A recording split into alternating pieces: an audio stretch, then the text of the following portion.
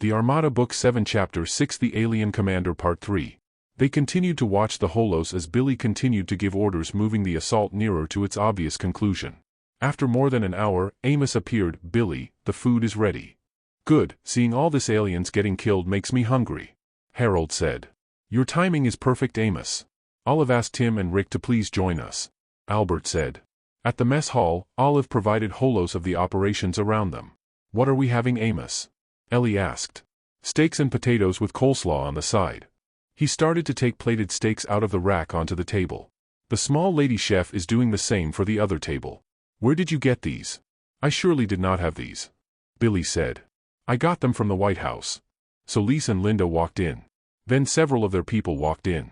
Meadows and Julian beamed in. They all sat and waited for their steaks, noisily talking about killing the aliens. Meadows sat beside Roger while Solis sat beside Harold. Linda sat beside Billy, who was beside Albert across Harold. Reek got a chair and sat himself at the end of the table. "How are you doing, Linda?" Roger asked. "A little groggy and really hungry." Billy was looking at the holos. Olive maintained troop level per ship at 30. "I realize our newbies are too eager, too aggressive, and we are getting more casualties. Tell them to be careful and not get too eager to kill aliens. Olive makes sure to disperse them, they seem to like to bunch together in one place. If they cannot follow, TP them separately to different areas." "Okay, Meadows, I know what you will tell me," Roger said. "What?" Meadows asked. "How many aliens did you kill?" Roger asked. Meadows laughed. "You're a mind reader, boss." "Okay, 820. "What the fuck? I only killed 28. Reek exclaimed, almost shouting. Meadows turned to Reek and said, "Reek, there are more than 2 million aliens and there are just over 2,000 of us. Most of us would have to kill more than 1,000 to make up for people like me who killed less. And more for people like you who killed a pittance." The group laughed. "Captain Solis, how is your shoulder?" Harold asked. "Sir, it's okay, the shot went through and scraped a bone. No biggie. What's biggie is that the president gets to sit beside me. I sat first, so you sat beside me." They all laughed. "But I am honored to sit beside you, Captain Solis," Harold continued as he held her good shoulder. "Thank you, sir." Earlier, Ellie made sure to sit with the scientists in one long table. "Olive, tell Rebecca and Bill to TP over, please." Rabina sat beside Ellie and moved a chair between them for Rebecca. "Rebecca, Bill, sit here," Rabina shouted when Rebecca appeared. Bill sat at the end of the table. "I believe we would be leaving this dimension in a few days. Before we leave, I would like to make sure we leave all the technologies we have here for their use. Olive have started to fill hundreds of Earthside data storage with her intel, and she will translate the recent alien intel and store them also." Ellie started. "Who would like to stay?" "That's the question we would like to settle as we eat good steak." Rabina followed. "I would stay," Rebecca said. "I'd stay," Pierce said. "I would like to stay." Fanny followed. "Rebecca, you would be the leader for the Earthside science teams. Pierce and Bill assist her. And no, Fanny, you would have to come with us. You're our DG expert. If we mess up, you would have to fix the mess," Ellie said. Rabina looked at the other scientists. "Who would like to stay? Raise your hand." Almost all raised their hands. Ellie looked at them. Only 3 did not. "Okay, the 3 of you stay with the ship. I know you are all excited to help our world with the new technologies, and I am very happy for all of you. Rebecca will do a good job, I'm sure. Olive, how is it possible that we have all this steak neatly cooked? It's not Amos' style to be this neat. And besides, he's injured," Rabina observed. "The White House cooks grilled them and I just beamed them in. I also got their finest wines." Several wine bottles appeared. Tim and Rick appeared with Riker and Jack. "If Riker did not tell me we were having steaks from the White House, I wouldn't have come," Rick said. "Me too," Tim said. "Please join us then," Albert said as he stood and gestured them to take the seats in their long table. Amos was quick to set the steaks on the table. Harold looked at Amos. "Amos, please take a seat." Amos sat beside Tim. "Yes, sir." He could not argue with his commander-in-chief. For White House kitchen staff appeared with wines and glasses. "Can I have another steak, please?" Billy requested as he motioned to one of the staff as he gazed at the floating holos. "It seems to me like it's only Billy who is monitoring the war. None of your people are even looking at the holos," Harold said. "The war ended an hour ago. Now we are throwing our newbies to clean up," Roger said. "Looking at it only makes me feel bad that Meadows got 25 times what I got," Reek said. They all laughed. "It's 29.3 times, not 25," Meadows said. "I know you're a math whiz. Don't rub it in." Reek growled at Meadows. I would like to have a victory ceremony tomorrow. Harold said. We can have it at Tim's base beside the alien ship debris. Some alien body parts around would look good, Olive. Roger said. Yes, Roger. I would also beam some small attack ships down and some of the small alien ships. They smell really bad. Even their blood and flesh smell really bad when they splattered on my uniform. Solis said. I would like our people to know that, Solis. Tim, prepare your people. Rick, I want you and your people to be there also. Harold said. Olive, can you show the event tomorrow across the globe? Albert asked. I can also show all the holos you saw from the start of the engagement until the end across the globe so they can see what you all went through. Even better. Harold said. The last assault teams are getting wounded and hurt 4 times more than our primary and secondary teams. I have started to beam the human prisoners to the city centers for medical help. All the humans will be tagged and beamed down in 28 hours. Olive reported. Roger, what do we do with all the alien ships? Albert asked. You cannot use them since they cannot cloak. We can fly all of them to the ground so our people can study them. You can redesign the larger ships for human use, but it will take a bit of time. They have a lot of small attack ships that we can redesign for human use. These small ships would be your first line of defense. Roger explained. Hopefully we can come back to head off the 10,000 ships coming in 6 months. Billy said. We would have to prepare under the assumption that you would not be. But my hope is high that your mission could be the one chance we need to overcome this evil. Albert said. While I disagree, it's best that you should. Roger said. Here's to you and to us. Billy toasted. They all raised their glasses for a subdued toast. The next day at Tim's base, Harold could be seen walking with Albert beside a destroyed alien ship towards a podium on top of an alien ship structure. There were only the military press and a drone provided by Olive. Olive broadcasted the event in all Earth channels. The audience were the Armada people and military who worked in the assault and capture of the ships. A few dozens were refugees freed from alien captivity. Harold stood on a portion of the ship that was higher than usual and looked at the crowd for a while. Good morning. It is a good morning. It's a new dawn for Earth. The aliens are all dead and some of their leaders were detained in a prison planet. The occupation is over, we can now start to live normal again. The crowd cheered and the camera showed them in their bloodied uniforms. Some were wounded and had bandages. Some were in wheelchairs. A portion of the crowd were in civilian clothes. On one side were several military in clean uniforms. Harold gave a very quick recap of the ongoing battle. Some of our troops are still in the alien ships securing them. They will try to operate all the ships and land them here tomorrow. It was a hard battle and thanks to Olive, we have 0 casualty although a lot of life-threatening injuries for more than 100 troops. At this point Olive showed the troops in the medical facilities. I am calling all the world leaders and scientists to help us make sense of the alien technologies so humankind can benefit from this dark period of human existence. I want all our citizens to unite and form a united front against alien aggression. I want to expand our military to more than 3 million people. I want to establish a technology group under the military to develop weapons and defensive strategies against future alien aggression. Harold looked at Albert. Albert started slow. We have started to purge the human race of aliens posing as humans. There are a lot of them and we will find them all. We will not forgive the human collaborators we know and will immediately teleport them to the prison planets we are currently holding the aliens. They will all be interrogated later on. For all the rebels and opposition, we will receive you with open arms. Let us all work together and rebuild Earth. He looked at Harold. I want to expand the United States into a unified alliance to include former countries that have aligned with us during this dark times.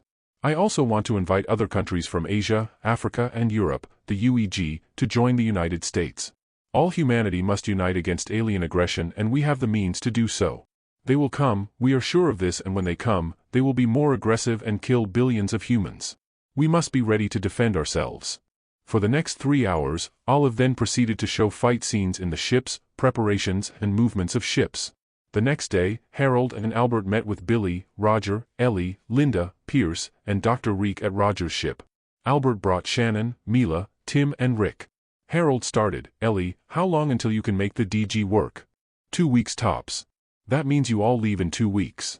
Albert seconded and continued, we need to develop a defensive plan with the technologies we have at hand. Billy raised his hand, I think we should put up a defensive perimeter around Earth in our solar system. We can set up forward bases in Ganymede, Mars and the Moon. Olive please. Olive provided a hologram of the solar system and the moons and planets. We need to set up these forward bases to be able to TP in our drones, bombs and personnel even before they reach Earth from these forward bases. At this point far from Earth, they may think that we do not have defensive structures and they may not have their shields up. If they have the shields up, we can TP a small ship that can fly slowly and connect itself to the alien ship. This ship will be automated and will be located near the engine portion of the ship. If we can send another one, we can locate these near their hangar bays and try to fly in cloaked of course. If their shields are down, we can TP in bombs and personnel. Billy added. Thank you, Billy, but you don't have to raise your hand to speak, we are not in elementary school. Harold quipped and they laughed at Billy. I think we should put a lot of scientists into developing our communications, personal body armor, weapons and bombs, and training. Ellie said and continued, Roger has schematics of a very advanced comm device we can create and even mass produce. The body armor of the Maccabees are very advanced, consisting of extremely small nanobots that they program into whatever. They have schematics of a plasma weapon they are studying. Apparently this technology came from an Armada in another dimension. Rabina and Rebecca developed a simple EMP bomb that will render anything electronic useless within a mile. But we are still studying how the aliens respond to this kind of attack. How many ships can we use within a week? Harold asked Ellie. Right now we have 165 small attack ships from the Lonins, 221 from the Runics. There are 5 usable big ships from the Lonins, and 8 big Runics ships. We are still studying them to determine their capabilities and if we can fly them at all. What we can do is to TP a non-flying alien ships into those bases and operate from there. We would set several TP platforms in the ship to TP in personnel and materials to create the bases. I would prefer that we locate all the bases underground, and if we find a large enough cave we can TP the ship into the cave. Or we can cover the whole base with the ground around so none of our structures can be scanned from space. Roger added, I have heard that the Maccabees were able to get some Armada tech like the plasma cannon, but they have not really reproduced them for use in their ships. They would have to redesign their ships to do this. Pierce added, we read that even the 10,000 coming ships do not have these plasma weapons. But the schematics are very clear. We can create the plasma weapons although bulky and try to make it human-friendly later on. Rabina and Rebecca are working with Pierce on this, and I believe even a bulky plasma cannon is good enough. The problem is power. It needs a tremendous amount of power that is expended in an instant. Once Rabina is able to figure out the fusion generator, we can use a fusion reactor or small generator to power these weapons, mount them in a small ship, TP these very near the alien ships and let it fire at the ships continuously until it runs out of power and explode it once it does. A remote plasma cannon bomb. That's really smart. Billy said. Thank Rabina and Rebecca for that. Ellie said and added, Rebecca also developed a space mine that we can TP near the path of the fleet or around specific ships and just time them to explode on contact or remotely. We are still working on how to make them look like small asteroids floating around in space. Ellie, I think we should capitalize on our soldiers. As we have seen and as they have experienced, they can overcome aliens as long as it's an even battlefield. None of the aliens can defend from our attack personnel. We have the skill set to do this. We just need the weapons to do it with. The body armor is a good start. But can we have shields that our soldiers can just use on the fly? Maybe we just need more AI-controlled weapons. Albert commented. We really need thousands of scientists to work on the weapons. Ellie said. The attack will happen in 6 months, maybe longer if they get bogged down in the other human and alien planets they want to conquer. We need to move faster. Olive has a list of scientists we have from all over the world. We can start with those. Roger said. The first technologies developed at Roger's ships were the comm devices and the body armor. Roger and Olive spent a lot of time trying to salvage TP platforms from the alien ships. The one Maccabee ships had 35 working TPs while each of the Runics and Lannan ships had 1 TP per ship, but they were able to salvage 720 TPs from the 1,000 ships they attacked. In the meantime, Rebecca, as head of all Armada science and technology, set up and operated out of Colorado while she assigned Pierce to start operations out of the New Mexico base. For the next several weeks, Rebecca and Pierce developed 2 large scientist groups whose main purpose is to develop weapons for the military using alien technology. The Armada scientists were being teleported to one of the bases as soon as they were found all over the world. The surge in militarization of the US and its allies contributed to a surge in economic activity. The adoption of the fusion technology, albeit in a limited scale at first, contributed to the growth of the economies. Scientists assigned to develop this fusion technology were developing the fusion generator in various sizes, from portable to household size to industrial. As in all the projects, they were working in 8-hour shifts, 3 shifts a day, 7 days a week. In a month there were thousands of scientists working on this technology alone. Hundreds of underground bases were created in all parts of the globe. The bases had TPs that can deploy personnel, bomb, drones and whatever else against any alien invasion. They also served as storage facilities for most weapon systems. Most of them can house the fighters or small attack ships for low Earth orbit engagement. Rebecca was in charge of reverse engineering the small attack ships. She created small attack remote or AI-controlled drones that can be teleported by the hundreds near the enemy ships. These were developed by scientists in Germany. Pierce developed the manned attack ships that were mostly invisible but can serve to deliver troops to the enemy ships and control the drones around it. These were developed in Japan. Heavy weapons were developed and adopted for human use. They developed exosuits on top of their Armada body armory to enable the soldiers to have multiple weapon systems from small rocket launchers to mini Gatling guns and later with mini plasma cannons. Later the scientists developed small space propulsion systems to enable soldiers in exosuits to operate in space complete with their weapons. The biggest achievement of Harold and Albert were the integration of countries into one country or federation of states. They called it the United Federation of Earth. It was composed mostly of U.S. allies, the UEG and friendly countries from all over the globe. In the end, the Federation was composed of 139 countries. The unfederated ones were hostile to U.S. type of democracy that were not at all similar to the democracies of the other federated countries. There were no visa requirements or trade restrictions because they were all Federation citizens. A company in France can establish a branch in the U.S. or vice versa. There were marked differences in the local laws and the Federation citizens just had to adopt to these long-standing local laws. The military was also unified. It took a while for the military to reorganize itself. But since the U.S. military have bases all over the world, they just became local military assigned to the local base at first. Later they were reorganized into the usual battle groups. The Armada was not organized by battle group but by fleets. There were the forward bases simply called the Forward Base Fleet which include its own complements of attack troops, mostly Marines, base or remote artillery, base or remote missiles, scientists, and remote operators. The space military has 4 space fleets composed of the big ships they reclassified as Enterprise ships, the small manned attack ships they classed as dogs. Each fleet has 2 Enterprise ships and 80 dogs. The 3 fleet bases has 20 dogs each. All the federated countries had to build ships.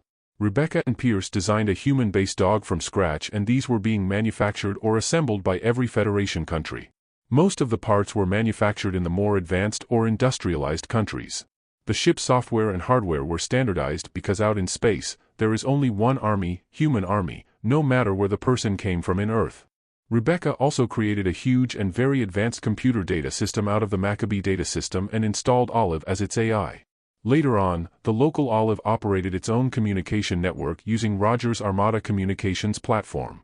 It was devoted purely for military use and not commercial. This centralized the Armada data systems available to all Armada scientists and military personnel.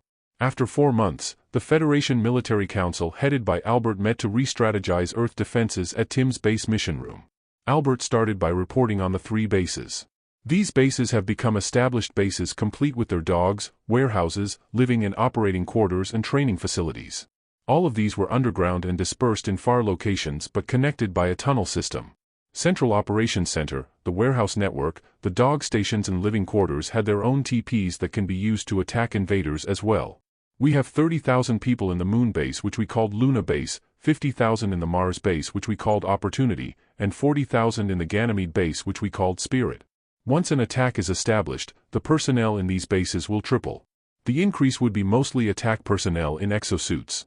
Drones and bombs would also be delivered, that is twice the number in the warehouses. He looked at Rick. Rick started, "Okay, we have decided on the mine deployment based on the probable entry point that the aliens will use or be in. Olive, please." Olive showed the deployment around the solar system. The mines are deployed looking like small meteors moving in space. Once the aliens come around, the meteor opens up and hundreds of small mines are jettisoned onto the alien ships. At this point, the mines are still invisible and will not explode. But once the order to decloak is given, they are automatically armed and they try to attach themselves to the enemy ship. They only explode once we tell them to. As you can see, the minefield is nearer Earth but beyond the Moon. Moon base Luna controls the mines further out while our Earth-based planet control those nearer. The reason for this is that we only have a few thousand mines so far. But once we have more, they will be deployed further out along the expected alien corridor. Rick looked at Tim. Tim started, I was tasked to look at our base defenses, and I would say they are more than operational. Any invasion will be dealt with at this point and may not even reach Earth and the fleets. Now speaking of the fleets, 2 fleets were assigned to operate beyond the solar system but near enough to fly in and attack the aliens from the rear. One of the other 2 fleets is flying around just outside or at the rim of our solar system. The last fleet is located between Earth and the Moon. Albert concluded, I just hope these are enough so we can concentrate on shipbuilding. Harold stood, let's get something to eat. Why don't we TP to Sydney? There is a steak restaurant there that I really like. We'll continue our meeting there. Rick, you can tell us all about our space marine training. They all stood and were teleported out.